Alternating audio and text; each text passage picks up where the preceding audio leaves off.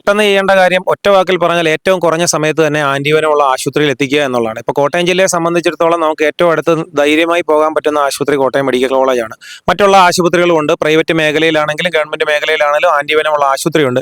പിന്നെ കടി കിട്ടി നമ്മൾ പോകുന്ന സമയത്ത് അല്ലെങ്കിൽ കടി കിട്ടുന്ന സമയത്ത് നമ്മൾ ചെയ്യരുതാത്ത കാര്യങ്ങളുമുണ്ട്, ചെയ്യേണ്ട കാര്യങ്ങളുമുണ്ട്. ഈ കടി കിട്ടിയ ആളെ നമ്മളൊന്ന് ശാന്തനായി ഇരിക്കാൻ അനുവദിക്കുക, അല്ലെങ്കിൽ അയാളെ പേടിപ്പെടുത്താതിരിക്കുക. കാരണം ഈ പേടിപ്പെടുത്തുക എന്ന് പാമ്പ് കടി കേൾക്കുക എന്ന് പറയുന്ന ഒരു പേടി ഉണ്ടാകുന്ന സംഗതിയാണ്. അത് വിഷമുള്ള പാമ്പാണെങ്കിലും ഇല്ലാത്തതാണെങ്കിലും ആളുകൾക്ക് പേടിയുണ്ടാവും. പക്ഷേ അങ്ങനെ ആ കടി കിട്ടിയാൽ കൂടുതൽ ടെൻഷനിലേക്ക് വിടാതിരിക്കുക. കാരണം അങ്ങനെ ഉണ്ടാകുമ്പോൾ BP കൂടാനും അതുവഴി ബ്ലഡ് സർക്കുലേഷൻ കൂടുതലായിട്ട് ഉണ്ടാകാനും സാധിക്കും. അപ്പോൾ ഒരു വിഷമുള്ള പാമ്പാണെങ്കിൽ അതിൻ്റെ വിഷം കുറഞ്ഞ സമയം കൊണ്ട് കൂടുതലായിട്ട് ശരീരത്തിൽ കലരാനുള്ളൊരു സാധ്യതയുണ്ട്. അപ്പം അത് ഒഴിവാക്കുന്നതിന് വേണ്ടിയാണ് ആളെ പേടിപ്പിക്കരുത്, ടെൻഷൻ ആക്കരുത് എന്ന് പറയുന്നത്. അതുപോലെ തന്നെ ഈ മുറിഞ്ഞ സ്ഥലത്തിന് കടിപാടിന് മുകളിലായിട്ട് മുറുക്കെ കെട്ടുക, ലൂസായിട്ട് കെട്ടുക, അങ്ങനെ കെട്ടേണ്ട കാര്യമൊന്നുമില്ല. ആ പ്രോട്ടോക്കോളൊക്കെ നിലവിൽ മാറിയിട്ടുണ്ട്.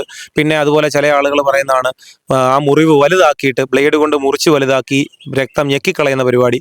നമ്മൾ അങ്ങനെ മുറിക്കുന്ന സമയത്ത് നമ്മുടെ ഞരമ്പുകൾ മുറിയാനുള്ള സാധ്യതയുണ്ട്. അല്ലെങ്കിൽ തന്നെ ഈ രക്തത്തിൽ കലർന്നു പോയ ആ വിഷം മാത്രമായിട്ട് ഒരിക്കലും വെളിയിലേക്ക് ഒഴുകി പോകത്തില്ല. അപ്പോൾ അങ്ങനെ മുറിവ് കട്ട് ചെയ്യുക.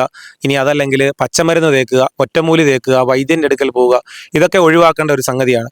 ഇതിന് ഏറ്റവും നല്ല ഒരു പ്രതിവിധി, അല്ലെ ഫലപ്രദമായ ഒരു പ്രതിവിധി എന്ന് പറയുന്നത് ആൻറ്റിവനം തന്നെയാണ്. അത് നേരത്തെ പറഞ്ഞ 4 പാമ്പുകൾ, അതായത് ആ പോളി വാലൻ്റ് ആൻറ്റി സ്നേക്ക് വനമാണ് നമ്മൾ ഉപയോഗിക്കുന്നത്. ബിഗ് ഫോറിൽപ്പെട്ട മൂർക്കൻ, അണലി, നമ്മുടെ സോസ്കെയിൽഡ് വൈപ്പർ, പിന്നെ ക്രൈറ്റ് അതായത് വെള്ളിക്കട്ടൻ, ഈ 4 പാമ്പുകൾക്കും ഒരേ ആൻറ്റിവനമാണ് നമ്മൾ ഉപയോഗിക്കുന്നത്.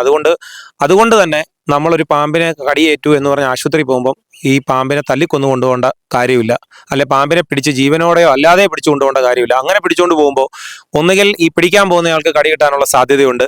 ഇനി അതിനെ അടിച്ച് കൊന്നു എന്ന് പറഞ്ഞാൽ പോലും ഒരു പക്ഷേ തലയ്ക്ക് ജീവനുണ്ടെങ്കിൽ, ആ ഒരു പാർട്ടിന് ജീവനുണ്ടെങ്കിൽ കടി കിട്ടാനുള്ള സാധ്യതയുണ്ട്.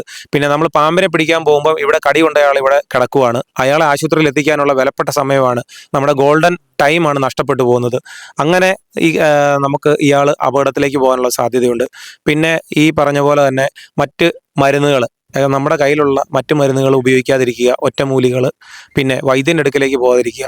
പിന്നെ ആശുപത്രിയിലേക്ക് പോകുന്നതിന് മുമ്പായിട്ട് ആശുപത്രിയിലൊന്ന് പറ്റുമെങ്കിൽ, നമുക്ക് ഗൂഗിളുണ്ട്, നമുക്ക് ആശുപത്രിയിലെ നമ്പർ കിട്ടാൻ സാധ്യതയുണ്ട്, അഡ്വാൻസ് ആയിട്ട് ഒന്ന് വിളിച്ച് പറയാൻ ശ്രമിക്കുക. ഞങ്ങളിങ്ങനെ ഒരു പാമ്പ് കടി പേഷ്യൻറ്റുമായിട്ട് വരുന്നുണ്ട്, നിങ്ങൾ അതിന് വേണ്ട തയ്യാറെടുപ്പുകൾ നടത്തി വെക്കുക എന്ന് പറയുന്നത് വളരെ നല്ലൊരു കാര്യമാണ്, നല്ലൊരു ആശയമാണ്. അപ്പോൾ അങ്ങനെ ഉണ്ടെങ്കിൽ അവർക്ക് അതിൻ്റേതായിട്ടുള്ള തയ്യാറെടുപ്പുകൾ നടത്താൻ പറ്റും. ഇനി ഒരു വെന്റിലേറ്റർ സപ്പോർട്ട് വേണമെന്നുണ്ടെങ്കിൽ വെന്റിലേറ്റർ വേക്കൻ്റായിട്ട് ഇടാൻ പറ്റും. അങ്ങനെയുള്ള മുൻകരുതലുകളാണ് നമ്മൾ മെയിനായിട്ട് എടുക്കേണ്ടത്. പാമ്പ് കടി കിട്ടിക്കഴിഞ്ഞാൽ ചെയ്യരുതാത്ത കാര്യങ്ങൾ ധാരാളം പറഞ്ഞു, അതുപോലെ ചെയ്യേണ്ട കാര്യങ്ങൾ ഇവരെ ശാന്തരാക്കി ആശുപത്രിയിലേക്ക് കൊണ്ടുപോവുക. എത്രയും പെട്ടെന്ന് നമ്മുടെ കേരളത്തിൽ, പ്രത്യേകിച്ച് കോട്ടയം ജില്ലയിൽ നമുക്ക് നമ്മുടെ ആരോഗ്യ മേഖല അത്രയും മറ്റുള്ള സംസ്ഥാനങ്ങളെയും സ്ഥലങ്ങളെയും അപേക്ഷിച്ച് മികച്ചതാണ്.